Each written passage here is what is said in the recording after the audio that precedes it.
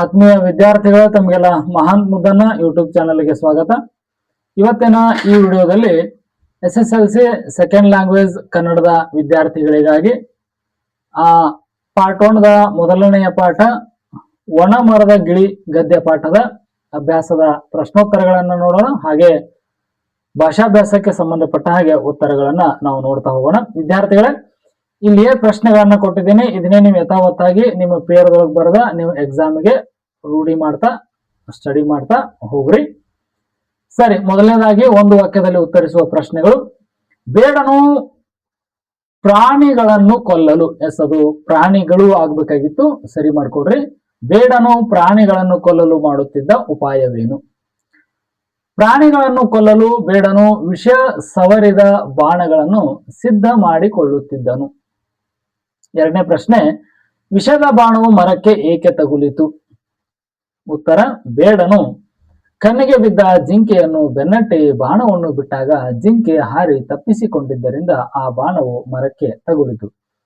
ವಿದ್ಯಾರ್ಥಿಗಳ, ಈ ವಿಡಿಯೋನ ನೀವು ಪಾಕೆಟ್ FM ರೀತಿಯಲ್ಲಿ ಕೂಡ ನೀವು ಕೇಳಬಹುದು. ಅಂದ್ರೆ ಯಾವ್ದಾದ್ರು ಏನಾರ ಕೆಲಸ ಮಾಡ್ತಾ ಇದ್ರಿ ಅಂದ್ರೆ ಅವಾಗ ಈ ವಿಡಿಯೋ ಆನ್ ಮಾಡ್ಕೊಂಡು ವಿಡಿಯೋವನ್ನು ಕೇಳ್ತಾ ಕೇಳ್ತಾ ನಿಮ್ ಬೇರೆ ಕೆಲಸಗಳನ್ನು ಕೂಡ ಮಾಡ್ಕೊಳ್ಬಹುದು.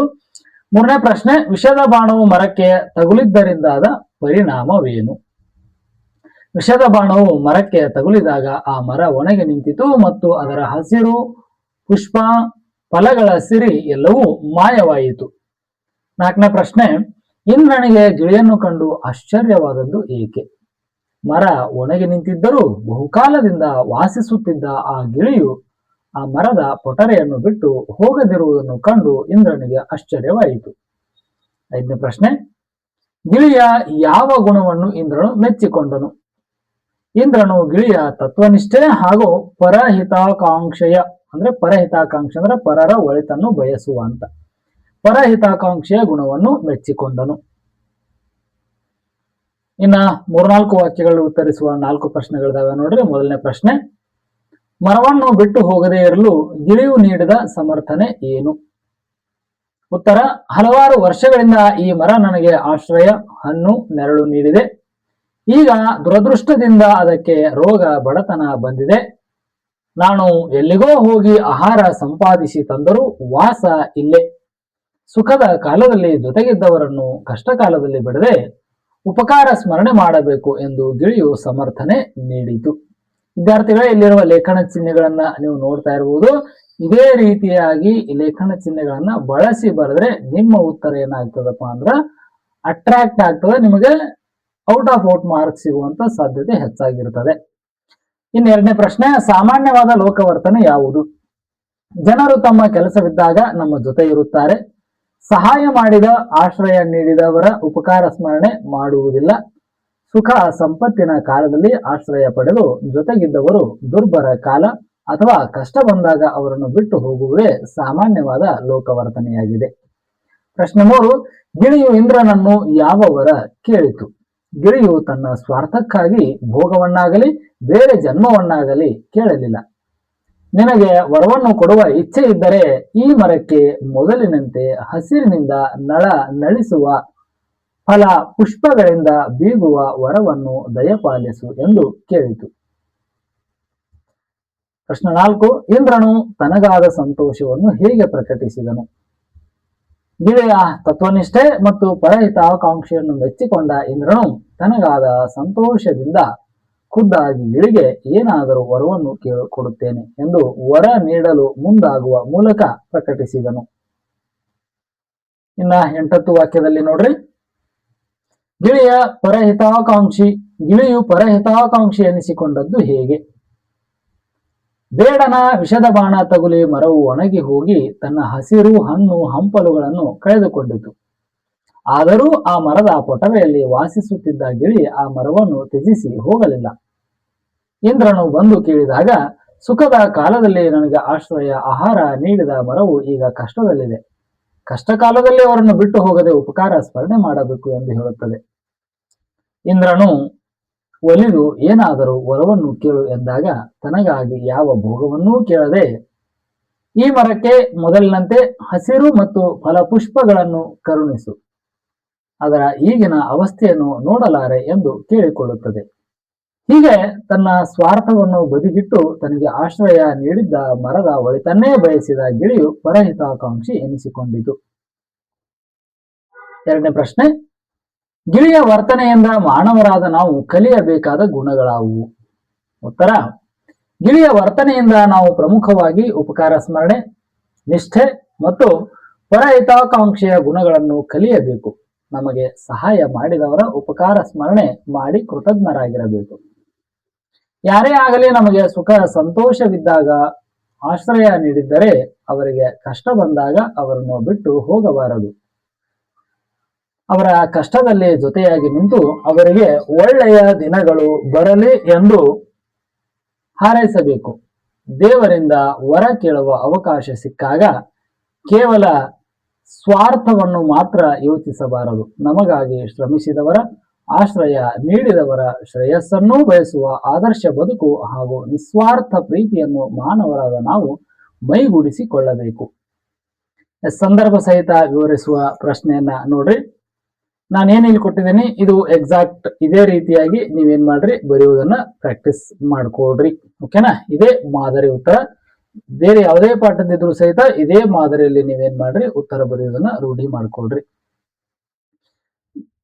ಇಂಥ ಒಣ ಮರದಲ್ಲಿ ಏಕೆ ವಾಸ ಮಾಡುತ್ತಿದ್ದೀಯ? ಆಕರ ಈ ವಾಕ್ಯವನ್ನು ಅವರಾಮಿತ್ರ ಅವರು ಬರೆದಿರುವ ಮಹಾಭಾರತ ವ್ಯಾಸ ಪಾತ್ರ ಸಂಗತಿಗಳು ಎಂಬ ಕೃತಿಯಿಂದ ಆಯ್ದ ಒಣ ಮರದ ಗಿಳಿ ಎಂಬ ಗದ್ಯ ಪಾಠದಿಂದ ಆರಿಸಲಾಗಿದೆ. ಸಂದರ್ಭ, ಬೇಡನ ವಿಷದ ಬಾಣದಿಂದ ಮರವು ಒಣಗಿದ್ದರೂ ಅದನ್ನು ಬಿಟ್ಟು ಹೋಗದೆ ಅದೇ ಪೊಟರೆಯಲ್ಲಿ ಗಿಳಿಯೊಂದು ವಾಸಿಸುತ್ತಿತ್ತು. ಇದನ್ನು ಕಂಡು ಆಶ್ಚರ್ಯಚಕಿತನಾದ ಇಂದ್ರನು ಗಿಳಿಯ ಬಳಿ ಬಂದು, ಇಂಥ ಒಣ ಮರದಲ್ಲಿ ಏಕೆ ವಾಸ ಮಾಡುತ್ತಿದ್ದೀಯಾ ಎಂದು ಪ್ರಶ್ನಿಸುತ್ತಾನೆ. ಸ್ವಾರಸ್ಯ, ಆಶ್ರಯ ನೀಡಿದ್ದ ಮರವು ಕಷ್ಟದಲ್ಲಿದ್ದಾಗಲೂ ಅದನ್ನು ತ್ಯಜಿಸದೆ ನಿಷ್ಠೆಯಿಂದ ಅಲ್ಲೇ ಉಳಿದ ಗಿಳಿಯ ಕೃತಜ್ಞತಾ ಭಾವನೆ ಮತ್ತು ನಿಯತ್ತಿನ ಮೌಲ್ಯವು ಇಲ್ಲಿ ಅದ್ಭುತವಾಗಿ ಚಿತ್ರಿತವಾಗಿದೆ. ಎರಡನೇ ಹೇಳಿಕೆ ನೋಡ್ರಿ, ಏನಾದರೂ ವರವನ್ನು ಕೇಳು ಕೊಡುತ್ತೇನೆ.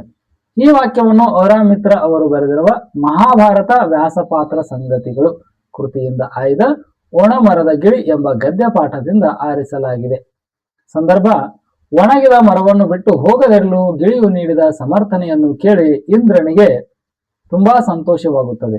ಆ ಗಿಳಿಯ ಪರಹಿತಾಕಾಂಕ್ಷೆಯ ಗುಣ ಹಾಗೂ ತತ್ವನಿಷ್ಠೆಯನ್ನು ಮೆಚ್ಚಿಕೊಂಡ ಇಂದ್ರನು ಗಿಳಿಗೆ ಏನಾದರೂ ವರವನ್ನು ಕೇಳಿಕೊಡುತ್ತೇನೆ ಎಂದು ಹೇಳುತ್ತಾನೆ.